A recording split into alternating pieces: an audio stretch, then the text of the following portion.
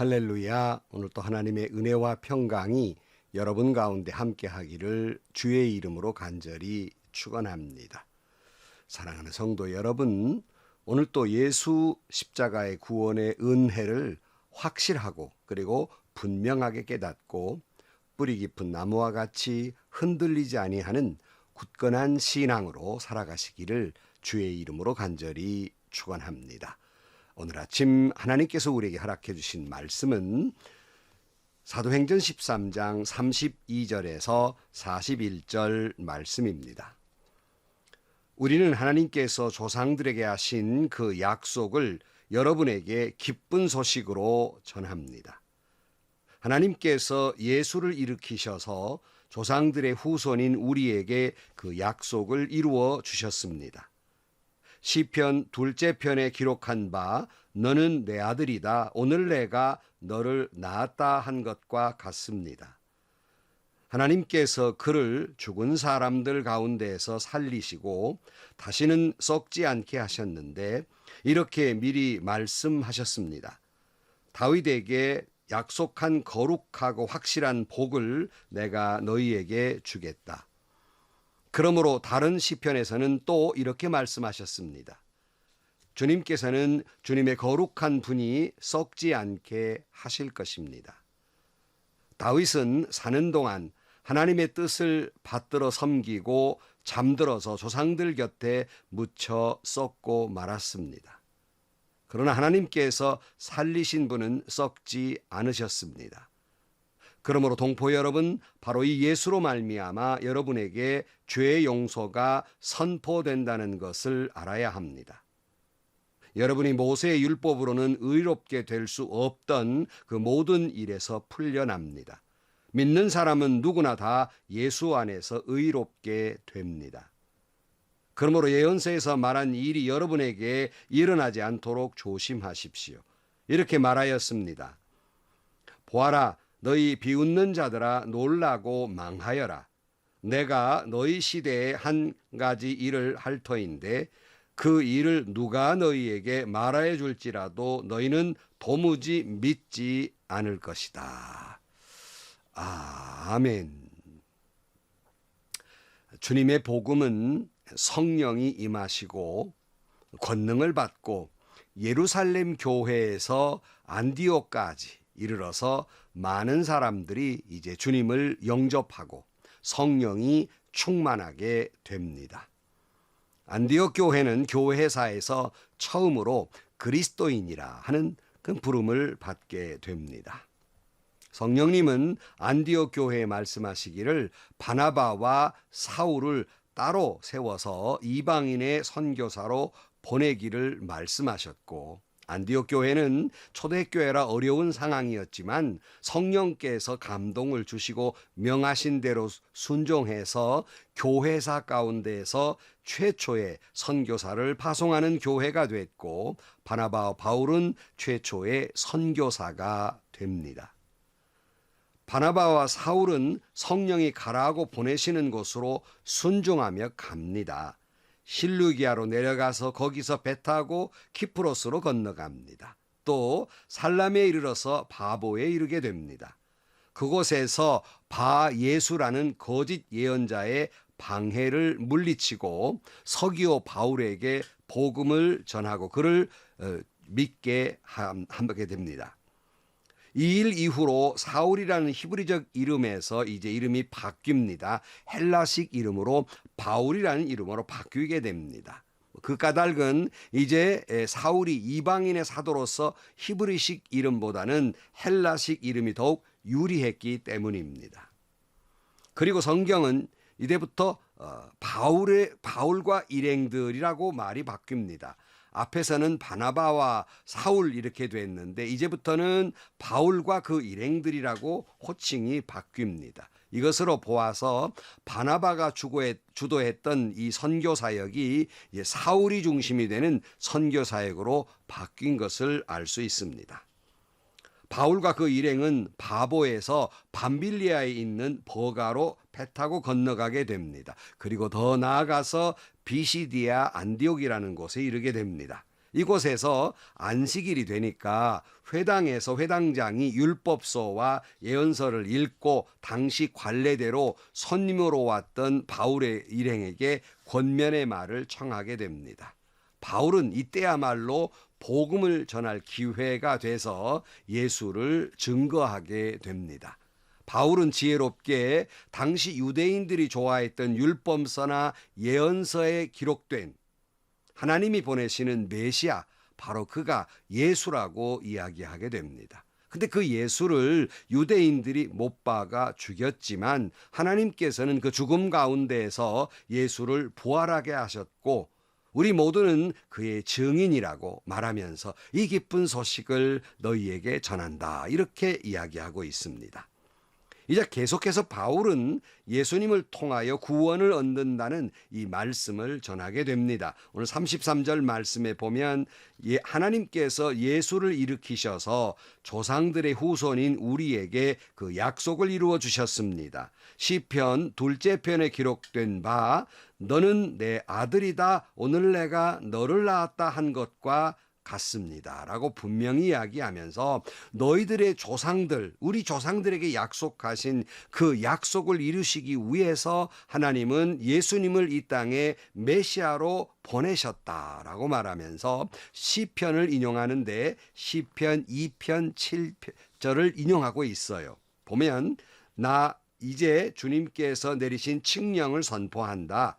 주님께서 나에게 이르시기를 너는 내 아들 내가 오늘 너를 낳았다 라고 말하면서 예수님이 하나님의 아들이다 이렇게 소개하고 있습니다. 여기 보면 너는 내 아들 내가 오늘 너를 낳았다. 그러면 여러분들은 번쩍 이제 찬송가가 생각이 날 겁니다. 찬양 사역자 이은수 목사님이 만들고 부르신 너는 내 아들이다 하는 찬송이에요. 가사 내용은 이렇죠. 힘들고 지쳐 낭망하고 넘어져 일어날 힘 전혀 없을 때 조용히 다가와 손잡아 주시며 나에게 말씀하시네.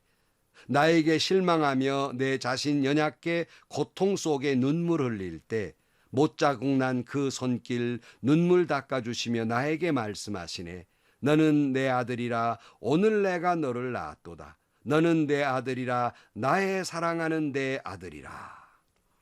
사실 여러분 시편 2편에 있는 너는 내 아들이다 내가 오늘 너를 낳았다고 말씀하시는 것은 바로 메시아 예수님을 말하고 있습니다. 그런데 이 찬송가 가사에 너는 내 아들이라는 그 의미를 예수님이 아니라 예수를 믿고 있는 우리를 지칭하고 있어요. 그러니까 적용의 오류라고 할 수 있겠습니다만 참 우리가 이 찬송을 부를 때마다 힘들고 지치고 낭망할 때 주님께서 너는 내 아들이다 말씀해 주신다고 하니 이 노래가 이 찬양이 얼마나 은혜가 됩니까? 그러나 시편 1편을 인용한 것이라면 적용을 잘못한 것입니다. 그래도 여러분 실망하지 않고 이 찬송을 계속 부를 수 있는 것은 시편을 인용했다면 오류이지만 그러나 분명히 하나님은 우리를 너는 내 아들이라고 자녀라고 말씀하고 있습니다. 요한복음 1장 12절 말씀에 그러나 그를 맞아들인 사람들 곧 그 이름을 믿는 사람들에게는 하나님의 자녀가 되는 특권을 주셨다. 이를 혈통에서나 육정에서나 사람의 뜻에서 나지 아니하고 하나님에게서 났다 이렇게 말하면서 하나님의 자녀가 되는 특권이 주어졌다 이렇게 말씀하고 있고요. 사도 바울도 로마서 8장 13절 말씀에 여러분이 육신을 따라 살면 죽을 것입니다. 그러나 여러분이 성령으로 몸의 행실을 죽이면 살 것입니다. 하나님의 영으로 인도함을 받은 사람은 누구나 다 하나님의 자녀입니다. 분명히 하나님의 자녀임을 말씀하고 있습니다. 그러니까 찬송가 가사가 다시 말씀드리지만 시편 1편을 적용해서 말한 것이라면 적용의 오류라고 할 수 있지만 찬송가 가사 그대로만 보면 하나님은 분명히 우리가 힘들고 지쳤을 때 너는 내 아들이라고 말씀하고 있고 내가 오늘 너를 낳았다고 말씀하고 있으며 그러므로 찬송을 부르는데 은혜 받는 것도 귀한 일이라고 생각을 합니다.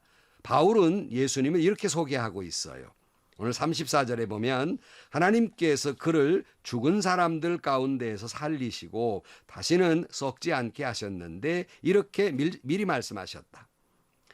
다윗에게 약속한 거룩하고 확실한 복을 내가 너희에게 주겠다. 그러므로 다른 시편에서 또 이렇게 말씀하셨습니다. 주님께서는 주님의 거룩한 분이 썩지 않게 하실 것이다.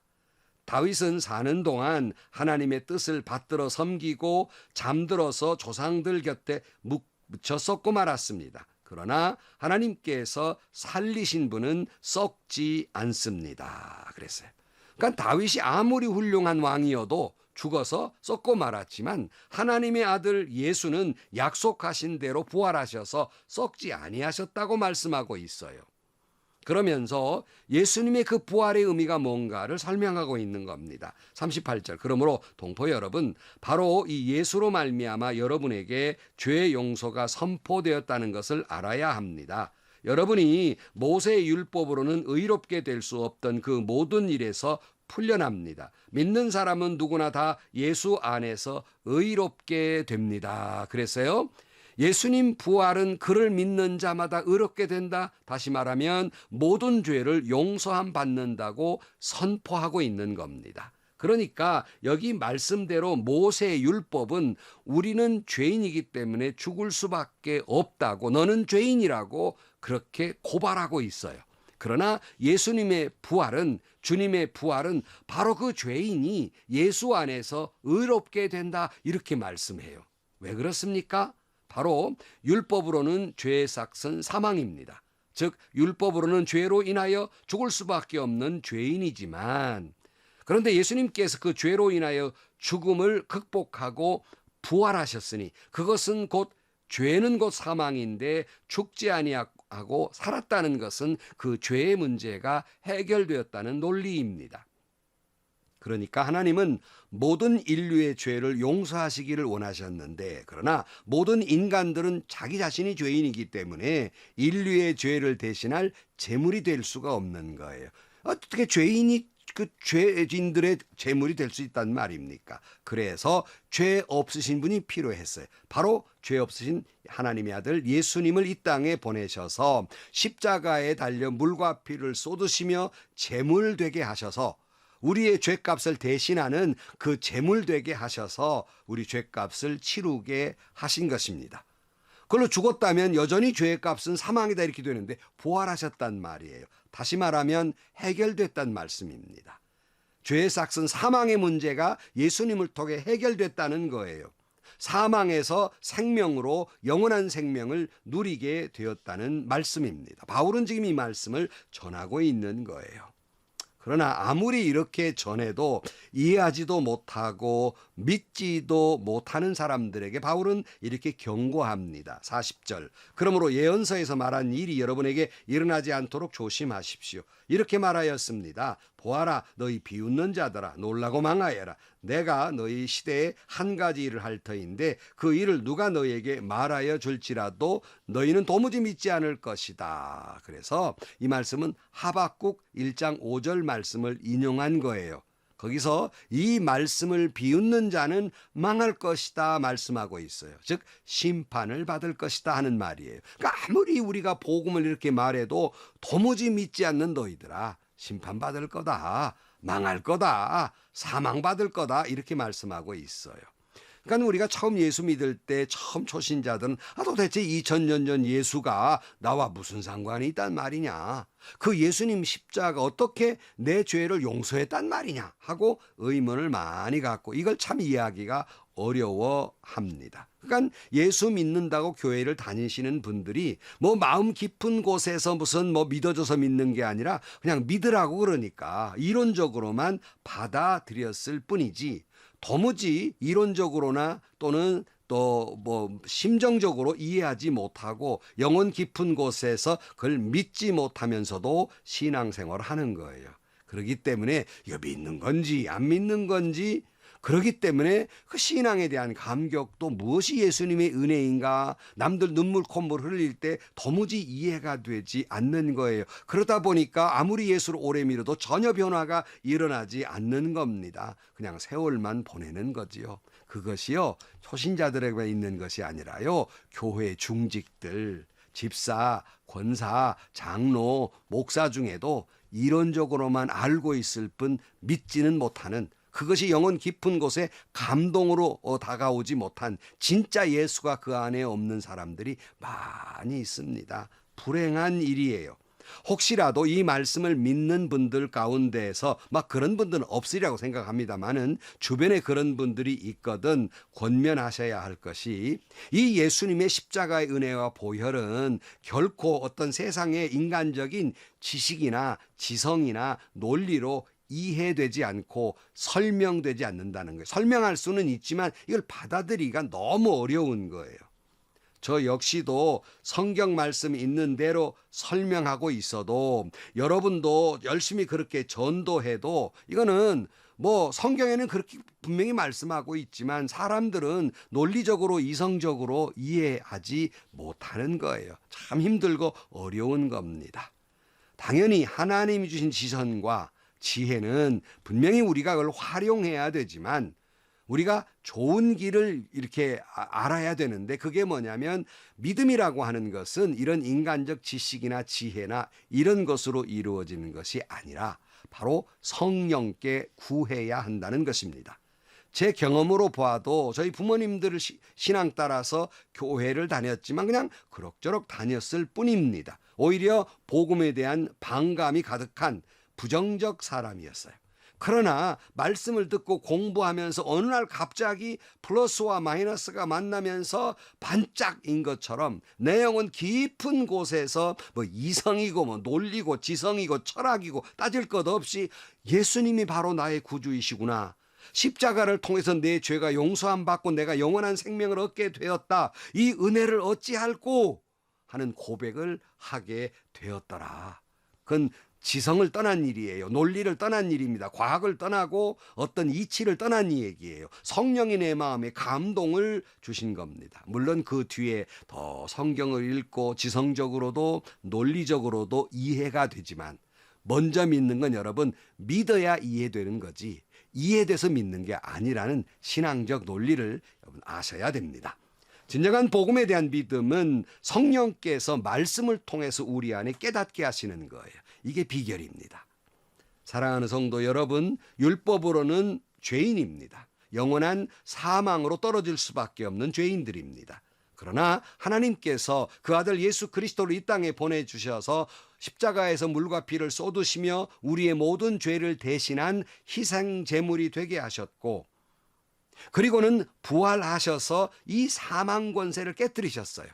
죄의 문제를 해결했다는 말씀이에요. 용서되었다는 증거예요. 그러므로 그를 믿는 자마다 영원한 생명을 누리고 주님이 부활한 것처럼 우리도 부활할 것이다, 사망이 아니라 영원한 생명을 얻을 것이다 하는 말씀입니다. 이 기쁜 굿뉴스를 성령께서 알게 하시고 깨닫게 하시고 믿게 하시고 확신 있는 신앙으로 인도해 주십니다. 그런 거로 성도 여러분, 성령께서 오늘 또 여러분 마음에 터치가 일어나셔서 이 말씀을 논리적으로 지성적으로 이해하려고 들지 마시고 성령의 은혜로 내 마음 깊은 곳에 주님의 십자가 은혜를 깨닫고 구원의 확신을 갖는 놀라운 역사가 일어나시고, 그런 다음에 성경을 읽으면 논리적으로 이해가 돼요. 지성적으로도 이해가 됩니다. 신앙적으로도 이해가 돼요.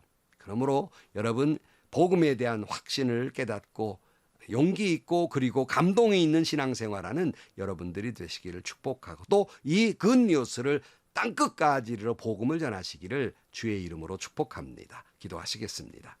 하나님 아버지, 십자가의 은혜를 뭘로 다 말하며 뭘로 다 그 은혜를 다 말할 수 있겠습니까? 하나님, 그러나 그 십자가의 은혜를 어떤 분들은 도무지 알 수도 없고 깨달을 수도 없고 그냥 그렇다니까 그런 줄 알고 교회를 다니는 무수한 사람들이 있습니다. 하나님, 그들을 불쌍히 여기시사 성령께서 그 마음에 그 영혼 깊은 곳에 터치가 일어나게 하시고 예수님은 나의 메시아며 주님의 은혜로 내 모든 죄가 용서함 받고 영원한 생명을 사망에서 영생을 얻었다는 기쁜 소식을 깨닫고 확신은 믿음으로 살게 하시고 이 굿뉴스를 땅끝까지 복음을 전하게 하여 주옵소서. 예수님의 이름으로 기도하옵나이다. 아멘. 성도 여러분, 저는 대단히 논리적인 사람이에요. 이성적이고요. 뭘 따지기를 좋아하고요. 그러니까 그냥 인간 저 자신으로서는 하나님을 믿을 수가 없습니다. 성령께서 내 마음에 타치가 일어나니까 믿게 되고 보니까 이건 정말로 하나님의 말씀 속에서 논리적이면서도 이성적으로 이해가 될 수 있었고 목사가 됐던 겁니다. 여러분, 여러분의 성령의 터치가 일어나게 하시고 기쁜 마음이, 감격이, 은혜가 항상 여러분에게 넘치기를 축복합니다. 그리고 이 기쁜 소식을 여러분만 품지 마시고 많은 사람들에게 전하시기를 축복합니다. 행복하시고요. 좋은 일이 가득한 하루가 되시기를 주님의 이름으로 간절히 축원합니다.